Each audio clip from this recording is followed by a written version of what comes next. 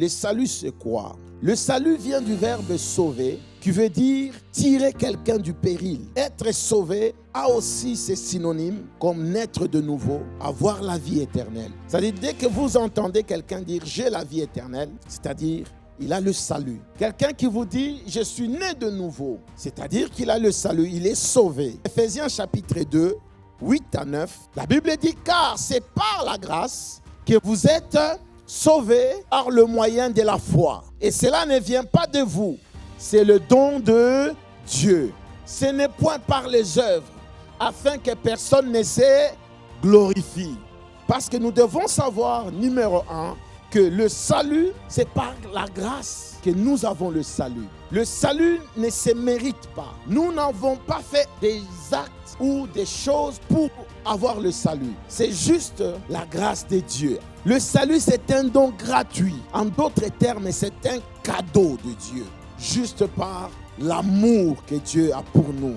C'est pour cela que nous devons lui restituer cette grâce chaque fois, en lui disant merci, parce que nous ne méritons pas. J'aimerais te dire que tu es un choix de Dieu. Il accomplit des choses dans son amour parce que tu es un choix de Dieu. Et comment accéder à ce salut? Nous avons accès au salut par la foi en Jésus-Christ, qui est mort pour nos péchés et ressuscité pour notre justification.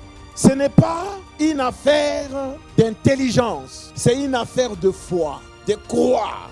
Croire en lui implique une confiance totale. Accepter ce qu'il a accompli à la croix. Le croire dans le cœur et puis le confesser. C'est cela, manifester la foi. Il n'y a pas un autre moyen par lequel nous recevons ce salut.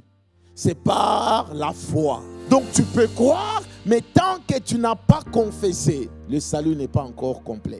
Mais si tu crois, tu fais confiance totalement en cette œuvre que Christ a accomplie pour nous et tu le confesses, tu es sauvé. Beaucoup de gens ont peur, surtout ceux qui sont agents du diable, les sorciers, les féticheurs, les magiciens. Ils se disent, mais si j'abandonne, est-ce que je vais vivre? J'aimerais t'annoncer que fais confiance entièrement à Jésus-Christ, au sacrifice de Jésus-Christ et à la seigneurie de Jésus-Christ, tu seras sauvé. Et quelque chose d'autre à savoir par rapport au salut, c'est la repentance. La repentance, c'est la décision que nous prenons pour changer de direction. Donc tu étais dans la mauvaise voie. Tu étais en train de marcher dans une voie loin du Seigneur. Tu t'arrêtes. Tu dis non, je ne veux plus aller sur cette voie.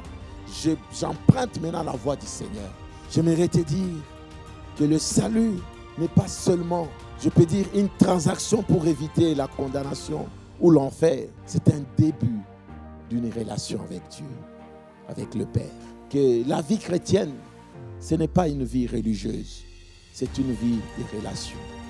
Et dans cette marche, quand tu te retrouves par terre, il dit que le juste tombera cette fois. Cette fois, il est, lève-toi seulement, réconcilie-toi avec lui.